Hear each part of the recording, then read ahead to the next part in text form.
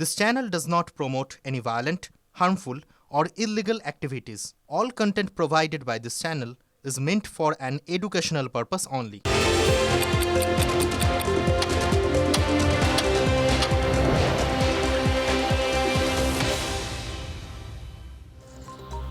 নমস্কার, দেখছেন TV9 বাংলা। আপনাদের সঙ্গে রয়েছে আমি সম্প্রীতি। শুরু করছি 5 কথা।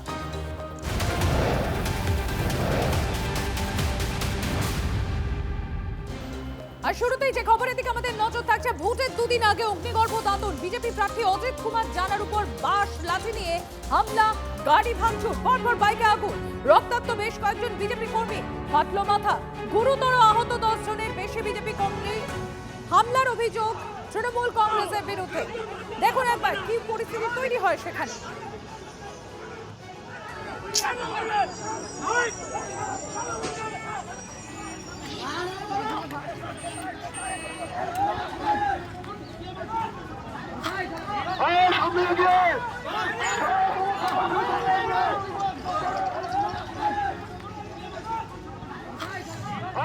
দেবব্রত রয়েছেন আমার সঙ্গে, আমার সহকর্মী দেবব্রত। ভোটের মাত্র দুদিন বাকি এবং তার আগেই অগ্নিগর্ভ অবস্থা।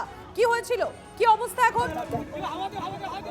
দেখো, যেটা জানতে পেরেছি প্রাথমিকভাবে, দাঁতন বিধানসভার যিনি বিজেপি প্রার্থী অজিত জানা, তিনি যখন আজকে সকাল থেকে সিস্টেমের করতে ব্যস্ত ছিলেন, সেই সময় যখন আতলা, যে জায়গার নাম মোহনপুর থানার অন্তর্গত আতলা দিয়ে তার বাইক র্যালি যখন পেরিয়ে যাচ্ছিল, সেই সময় কিন্তু তার বাইক র্যালিতে আক্রমণ চালানো হয়। আক্রমণের অভিযোগ কিন্তু তৃণমূলের বিরুদ্ধে উঠছে এবং কিছু বাইক, গাড়ি ভাঙচুর করা হয়েছে এবং বেশ কিছু মানুষ, বিজেপি কর্মী সমর্থক, তারা কিন্তু আহত হয়েছেন।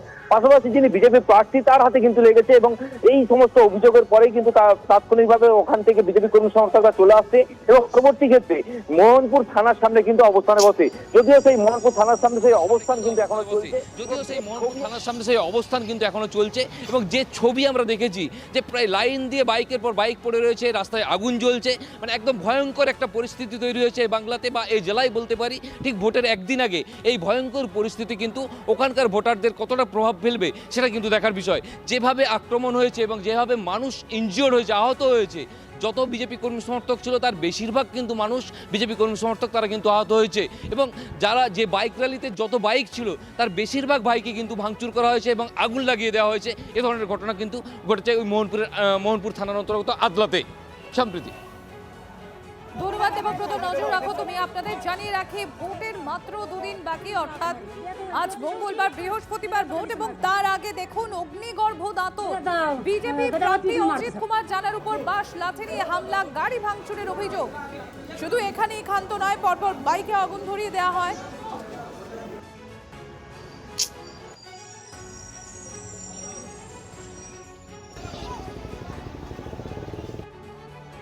স্বাধীনতা নেই, গণতান্ত্রিক রাজ্যে আমরা থাকি। এটা কি পশ্চিমবঙ্গ ভারতবর্ষের বাইরের দেশ না রাজ্য? বাংলাদেশ,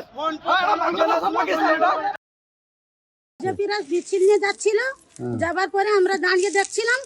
দেখার পর থেকে তারা বলে জয় শ্রীরাম তোমরা বলো। না বলার পরে তারা আমাদের গ্রামে ঢুকে মারধর করে, আমার ছেলেকে, স্বামীকে, সবাইকে মারধর করে। দোকান একটা ভেঙে, গাড়ি 5-6টা ভেঙে দিয়েছে।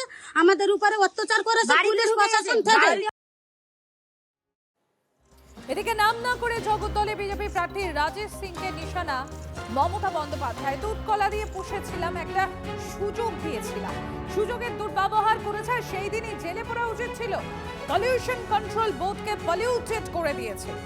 কোন পুলিশ বদল হবে, কোথায় যাবে, সব কলকাঠি নাড়ছে। জগদ্দলের সভা থেকে আক্রমণ তৃণমূল সুপ্রিমো। শোনাই আপনাদের।